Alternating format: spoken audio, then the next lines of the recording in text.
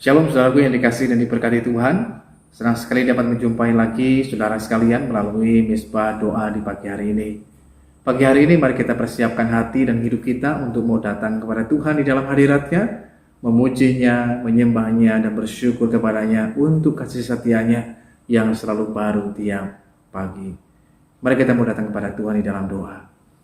Bersyukur Tuhan buat anugerah-Mu dan kasih-Mu dalam kehidupan kami, betapa luar biasanya dan dahsyatnya penyertaan-Mu, pemeliharaan-Mu atas kehidupan kami semuanya, sehingga kami saat ini boleh ada sebagaimana kami ada, tentu semua karena kemurahan Tuhan. Pagi hari ini Tuhan kami datang kepadamu untuk bersyukur dan memuji nama-Mu. Roh-Mu yang kudus kiranya terus menuntun dan menolong kami menjadi penyembah yang benar, yang menyembah-Mu di dalam roh dan kebenaran. Di dalam nama Tuhan Yesus kami berdoa dan mengucap syukur. Haleluya. Terima kasih Tuhan. Sebab kami yakin Kau hadir di sini Tuhan, dengan kuasa yang tak terbatas Tuhan. Dan biarlah setiap kami boleh mengalami Engkau Tuhan dalam hidup ini, dan itu yang makin mengubahkan kami semuanya Tuhan. Terima kasih Tuhan Yesus. Ku menyembah dalam kudus hadirat-Mu, hampiri tata kasih karunia-Mu Bapa, kekuatanku hanya dalam hadirat-Mu, Yesusku. Hanya Kaulah segalanya. Ku menyembah,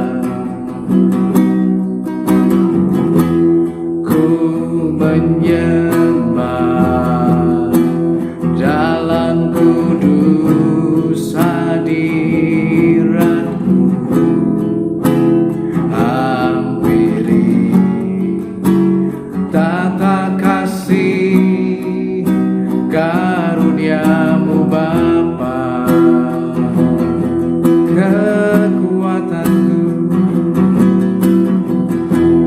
kekuatanku hanya dalam hadirat-Mu,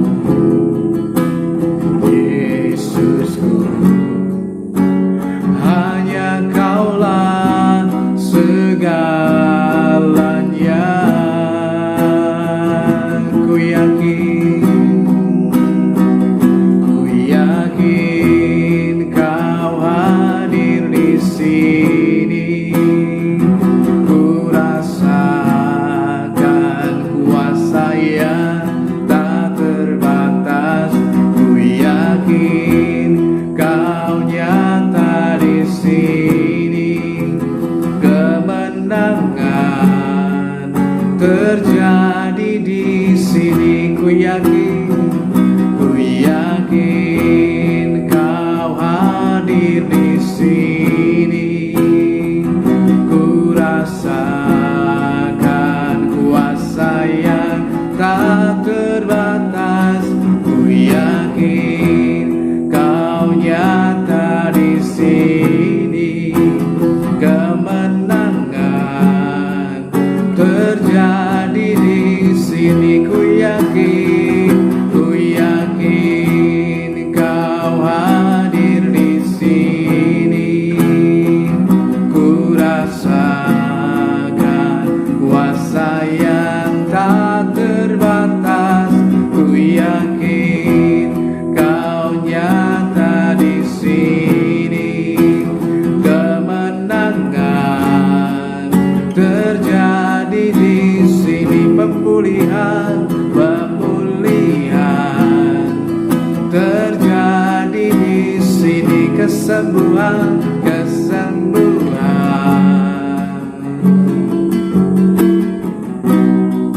terjadi di sini.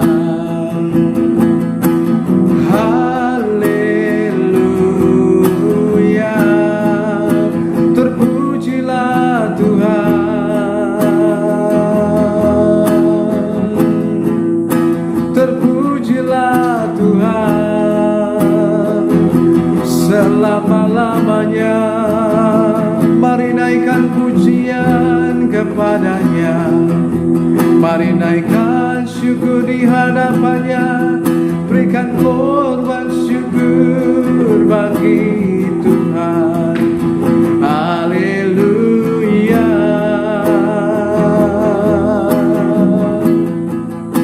Bagimulah segala pujian, bagimulah segala hormat dan kuasa, keagungan hanya bagi Tuhan. Sebab kami yakin Kau hadir di sini dengan kuasa-Mu ya Tuhan. Haleluya. Terima kasih ya Tuhan, terima kasih ya Roh Kudus, terima kasih Tuhan. Haleluya. Ku bersyukur menyembah-Mu. Biar saat ini kita mengangkat hati dan hidup kita pada Tuhan, mengagungkan namanya, sebab Tuhan hadir di sini dengan kuasa dan kemuliaan-Nya, sehingga setiap kita boleh mengalami kasih dan kuasa-Nya, bahkan kemuliaan-Nya dinyatakan atas hidup setiap kita di saat ini. Terima kasih Tuhan. Ku yakin Kau hadir di sini, ku rasakan kuasa yang tak terbatas. Ku yakin Kau nyata di sini, kemenangan terjadi di sini. Dengan iman katakan, ku yakin Kau hadir di sini, ku rasakan kuasa yang tak terbatas. Ku yakin Kau nyata di sini, kemenangan terjadi di sini. Pemulihan terjadi di sini, kesembuhan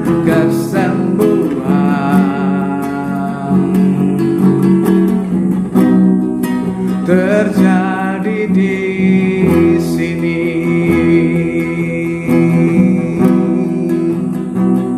Ini waktu-Mu Roh Kudus penuhi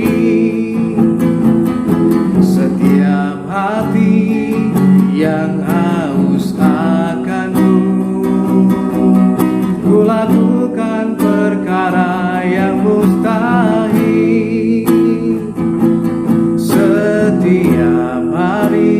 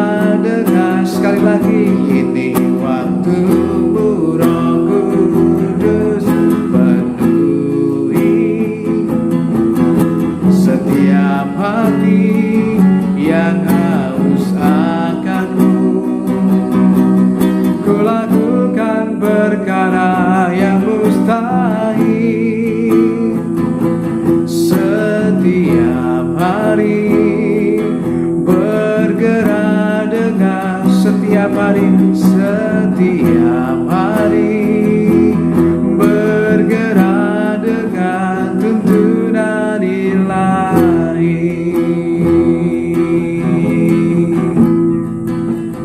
Oh Tuhan, ini waktu-Mu Roh Kudus, penuhi setiap hati yang haus akan-Mu Tuhan. Ini waktu-Mu ya Roh Kudus, penuhi hati kami yang haus, yang rindu akan-Mu Tuhan. Haleluya.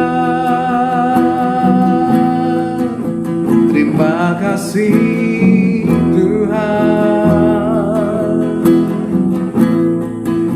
terima kasih Bapa.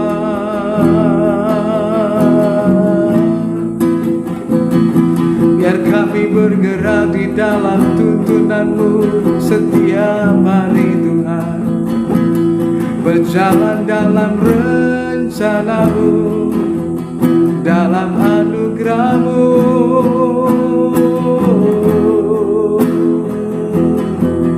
Mari angkat suara, agungkan Tuhan, tinggikan namanya. Haleluya, haleluya.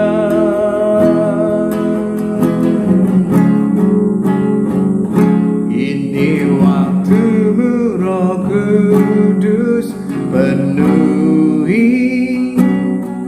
setiap hati yang haus akan-Mu.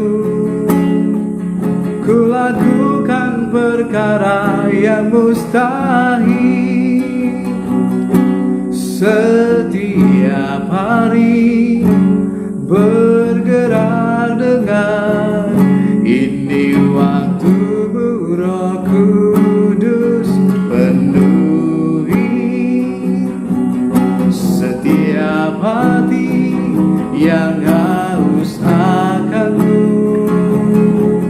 Ku lakukan perkara yang mustahil setiap hari, bergerak dengan tuntunan ilahi. Setiap hari, bergerak dengan tuntunan ilahi. Biar setiap hari dalam hidup kami Tuhan, kami bergerak di dalam tuntunan ilahi-Mu Tuhan, melalui firman-Mu, melalui Roh Kudus-Mu Tuhan, sehingga kami tidak salah di dalam melangkah, tapi kami terus berjalan dalam jalan kebenaran-Mu. Kami terus dibawa pada seluruh kebenaran-Mu Tuhan, sehingga kami makin bersinar terang sampai Engkau datang pada kali yang kedua Tuhan. Terima kasih Tuhan yang baik. Biar kiranya di saat ini Engkau berbicara kepada setiap kami melalui firman Tuhan yang akan kami baca, kami dengar. Firman-Mu menjadi terang yang menuntun langkah hidup kami setiap hari Tuhan. Terima kasih Tuhan yang baik. Kami sangat membutuhkan firman-Mu dalam perjalanan kehidupan kami Tuhan. Terima kasih Tuhan yang baik. Di dalam nama Tuhan Yesus kami berdoa dan mengucap syukur kepada-Mu Tuhan. Haleluya. Amin. Shalom saudaraku yang dikasihi dan diberkati Tuhan. Pagi hari ini melalui pembacaan kita dalam Amsal 14 ayat yang ke-25 memberitahukan lagi kebenaran buat setiap kita, agar dalam hidup ini kita senantiasa juga benar, terutama juga lewat ucapan perkataan kita. Sebab yang Tuhan kehendaki adalah dalam kehidupan kita hidup di dalam kebenaran, sebagaimana Tuhan telah menebus kita, menyelamatkan kita lewat kasih karunia dan anugerahnya, sehingga kita orang yang bersalah, kita diubahkan, sehingga kita dibenarkan. Nah, oleh karena pembenaran dari Tuhan, kita memiliki status hidup yang baru, menjadi orang benar. Nah, ketika kita sudah dibenarkan dan menjadi orang benar, kita punya tugas tanggung jawab, panggilan dalam hidup kita. Sebagai orang benar, kita hidup benar. Benar dalam tindakan, benar dalam ucapan. Sehingga ketika kita melakukan sebuah kebenaran, bukan supaya kita jadi benar, tetapi lebih daripada itu, karena kita adalah orang yang dibenarkan, maka sudah seharusnya pun kita hidup benar, benar dalam tindakan, dalam pekerjaan, dalam pelayanan, dalam ucapan, dalam keuangan, dan lain sebagainya, sehingga kita senantiasa hidup benar. Sebab salah satu tanda kedewasaan iman seseorang itu terlihat dan nampak dari mana? Dari ucapan perkataannya. Dari ucapan perkataan seseoranglah akan dapat ketahui apakah orang tersebut sudah dewasa ataupun belum dewasa. Apakah dia sudah mengalami kedewasaan iman di dalam Tuhan, ataupun sebaliknya dia masih kanak-kanak dalam ucapan perkataannya. Nah, firman Tuhan pagi hari ini melalui Amsal pasal 14 ayat yang ke-25, firman Tuhan mengatakan, saksi yang setia menyelamatkan hidup, tetapi siapa menyembur-nyemburkan kebohongan adalah pengkhianat.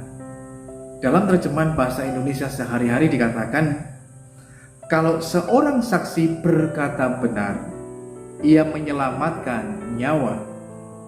Kalau ia berbohong, ia mengkhianati sesamanya. Firman Tuhan menyoroti dengan sangat jelas bahwa ternyata ada saksi yang benar, tapi ada juga saksi dusta. Saksi yang benar tentu itu adalah seorang saksi yang menyampaikan sebuah kebenaran, yang kemudian lewat hal itu menyenangkan dan berkenan kepada Tuhan. Tapi sebaliknya, seorang saksi dusta merupakan sebuah kekejian di mata Tuhan. Nah, kita akan melihat bagian firman Tuhan ini bersama-sama pada saat ini.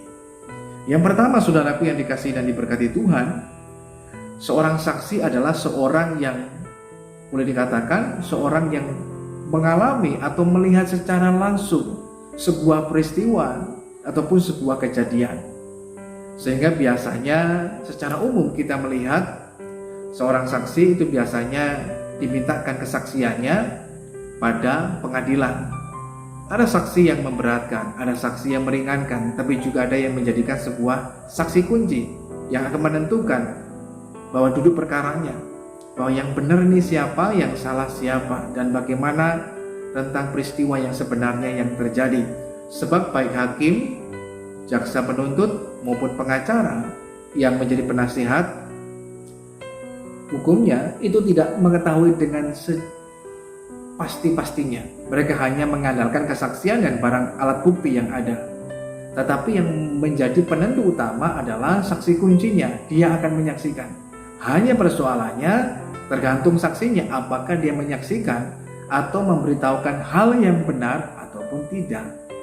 Seorang saksi adalah seorang yang diminta kesaksiannya untuk menyampaikan kesaksiannya tentang apa yang dilihatnya secara langsung, apa yang dialaminya secara langsung, apa yang didengarnya secara langsung. Jadi bukan hanya berdasarkan kata orang atau yang dia dengar dari seseorang, tapi dia mengalami sendiri secara langsung. Dia melihat secara langsung peristiwanya. Sehingga saksi yang demikian adalah saksi yang bermutu, saksi yang berkualitas, dan tentu saja kesaksiannya berkualitas. Hanya persoalannya terkadang ada orang yang melihat secara langsung, betul-betul dia mengalaminya, dia melihatnya secara langsung, namun pada saat dimintakan kesaksiannya, bisa saja perkataannya berubah. Artinya yang disaksikan tidak sesuai dengan peristiwa yang teralami ataupun kejadiannya. Tentu motivasinya bermacam-macam. Biasanya karena mau cari aman, cari untung, dan lain sebagainya. Sehingga mereka tega kemudian menyampaikan sebuah kesaksian yang palsu atau kesaksian dusta ataupun kebohongan di depan bahkan pengadilan. Seorang saksi yang dimintakan untuk bersaksi biasanya akan dimintakan untuk bersumpah atau berjanji terlebih dulu, supaya bukan hanya di hadapan manusia, di hadapan pengadilan, tetapi istimewa di hadapan Tuhan, dia berbicara yang sebenar-benarnya. Nah, oleh karenanya, kita melihat firman Tuhan memberitahukan kepada kita, bila seseorang menyampaikan sebuah kesaksian, karena biasanya sebelum bersaksi dimintakan dulu biasanya untuk bersumpah atau berjanji, baik di hadapan pengadilan maupun di hadapan Tuhan. Dia bersumpah berjanji mengatakan yang sebenar-benarnya sesuai dengan apa yang dilihatnya secara langsung, yang dialaminya, dan itulah yang akan disampaikan. Nah, bila seorang saksi mengucapkan kesaksian yang benar, maka hal itu adalah berkenan di hadapan Tuhan dan menyenangkan hati Tuhan, dan juga dapat memuliakan nama Tuhan dan menjadi berkat bagi banyak orang bila kesaksiannya adalah kesaksian yang benar, sehingga kebenaran dan keadilan itu akan ditegakkan dengan sebagaimana mestinya bila kesaksian seseorang benar. Sehingga yang benar ya dinyatakan benar, yang salah dinyatakan salah bila kesaksian orang tersebut benar, sesuai dengan apa yang dilihat dan dialami dalam hidupnya. Sehingga Tuhan dipermuliakan, dia juga dapat menyelamatkan orang. Sehingga orang yang tidak bersalah ya tidak dihukum, tapi yang bersalah ya dia dihukum, diadili dan lain sebagainya. Atau biasanya kesaksiannya juga dimintakan ketika ada peristiwa tertentu dan lain sebagainya. Sehingga seorang saksi dia akan memberitahukan yang sebenarnya. Misalkan dimintakan sebuah kesaksian untuk penanganan kasus perdata, misalkan sengketa tanah dan lain sebagainya. Saksi yang diminta biasanya orang yang sudah cukup berumur, yang mengetahui tentang sejarah tanah itu dan lain sebagainya. Maka dimintalah kesaksiannya. Hanya persoalannya tergantung saksinya. Maka ketika dia menyaksikan dengan kebenaran sesuai dengan apa yang diketahuinya, apa yang dialaminya, apa yang dilihatnya selama ini, maka dia dapat memutuskan, oh ini seharusnya miliknya si A, bukan si B, menurut kesaksiannya. Maka ketika kesaksiannya valid, dapat dinyatakan dia bersaksi dengan benar, maka hak itu menjadi milik orang yang berhak untuk mendapatkannya. Tapi bila kesaksiannya salah, ataupun dusta, ataupun kebohongan, maka seharusnya orang yang menerimanya justru dia tidak menerima haknya, akan diambil alih oleh orang yang tidak berhak untuk menerimanya.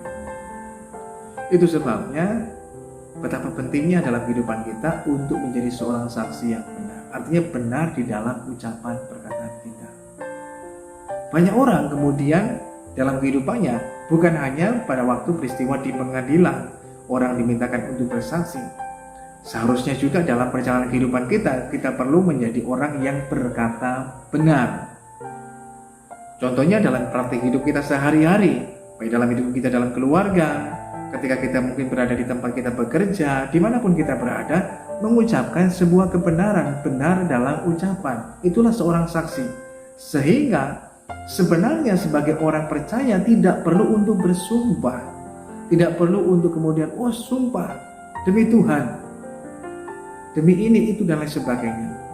Mengapa orang bersumpah? Untuk meyakinkan seseorang bahwa perkataannya adalah benar. Sebenarnya tidak perlu untuk meyakinkan sejauh itu. Karena firman Tuhan memberitahukan kepada setiap kita, kalau iya, katakanlah iya, tidak, katakan tidak. Selesai. Gak perlu kita bersumpah demi Tuhan, demi langit, demi apapun itu. Gak perlu. Sebenarnya cukup sampaikan saja, kalau iya ya iya, kalau tidak ya tidak.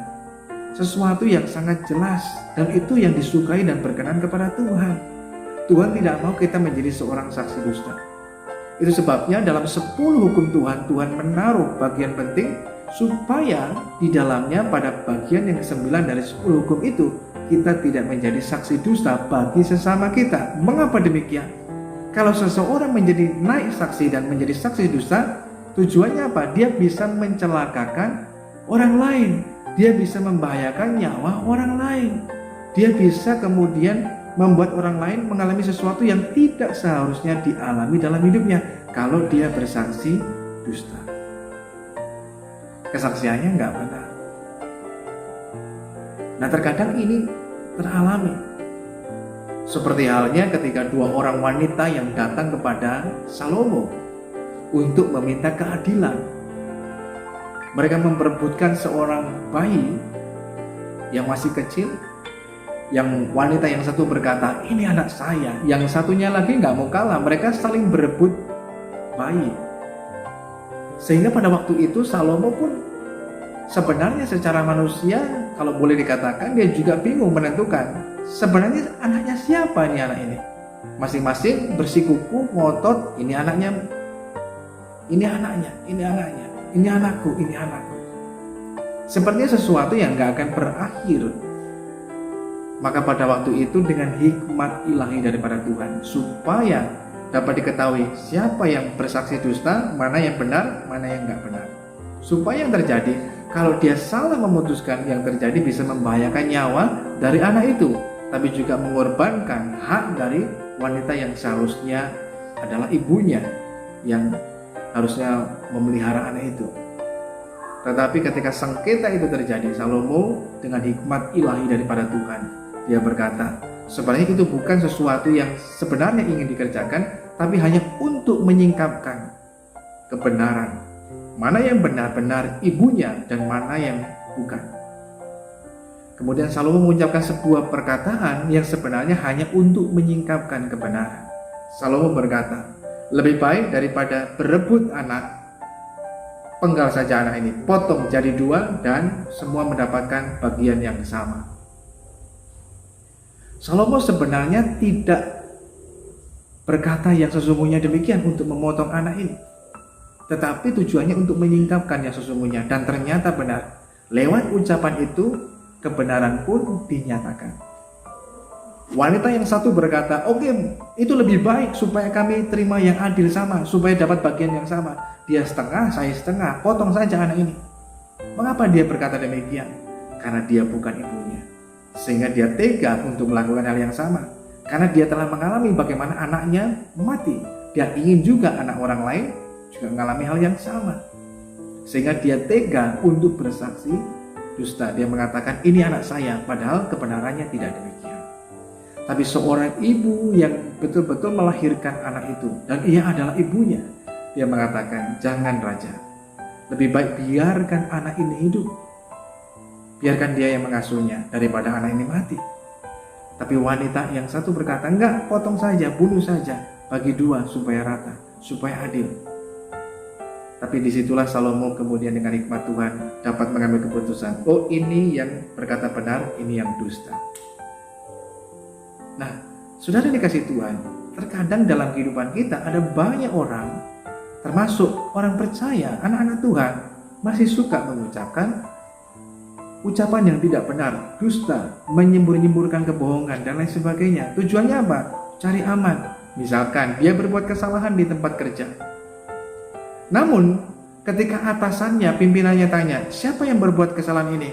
Karena dia mau cari aman, dia kambing hitamkan orang lain. Dia salahkan mungkin temannya, dia salahkan mungkin keadaan, dia salahkan mungkin ini, itu, dan lain sebagainya.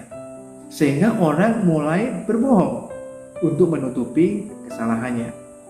Gak mau ngaku, sehingga dia melimpahkan kesalahan itu pada orang lain. Dan itulah sebuah perkataan yang tidak benar. Gak berani ngakui kesalahannya.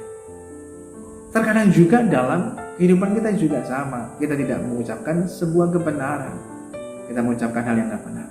Tapi yang perlu kita ingat sebagai sebuah kesimpulan kita pagi hari ini adalah, yang pertama, Tuhan menghendaki kita berkata benar di dalam kasih. Berkatalah yang benar tetapi di dalam kasih. Mengucapkan sebuah kebenaran, itu yang Tuhan kehendaki dalam hidup kita. Sehingga kalau itu sebuah kebenaran, ya akuilah itu kebenarannya. Jangan kita berkata yang tidak benar. Bila kita mengucapkan sebuah kebenaran, maka itu berkenan kepada Tuhan, tapi juga tidak akan membahayakan orang lain, tidak akan kemudian bisa mendatangkan kesengsaraan buat orang lain, bahkan mungkin bisa membahayakan nyawa orang lain. Sehingga orang yang salah jadi benar, yang benar jadi salah. Orang yang tidak bersalah bisa dipenjara, tapi orang yang bersalah malah dibebaskan. Kenapa? Karena ada saksi dusta. Tapi kita mesti sebagai orang benar, orang yang telah dibenarkan Tuhan, mari kita belajar hidup dalam kebenaran. Dengan apa? Berkata benar. Itu sebabnya kita mesti bertumbuh dalam kebenaran, supaya kita terlatih dalam kehidupan kita mengucapkan hal yang benar. Benar dalam ucapan. Tidak mudah, tapi kita perlu belajar untuk melakukannya. Istimewa supaya hal dengan demikian itu berkenan kepada Tuhan. Kalau kita salah, Tuhan tegur, ingatkan, yang ngaku di hadapan Tuhan. Jangan keraskan hati dan kemudian kita mencari kambing hitam, menyalahkan orang lain, dan bahkan mungkin kita berdusta, tidak mau mengakuinya. Sebab kalau kita datang pada Tuhan, kita mengakui, justru itu Tuhan akan mengampuni dan mengasihani kita. Tapi kalau kita berkeras hati dan tidak mau mengakuinya, itu akan mendatangkan hukuman. Itu sebabnya dalam hidup ini kita perlu berkata benar. Yang kedua, kita perlu belajar buanglah dusta, kebohongan dari hidup kita. Ingatlah bahwa sesuatu bisa menjadi sebuah karakter, itu diawali dengan sebuah kebiasaan.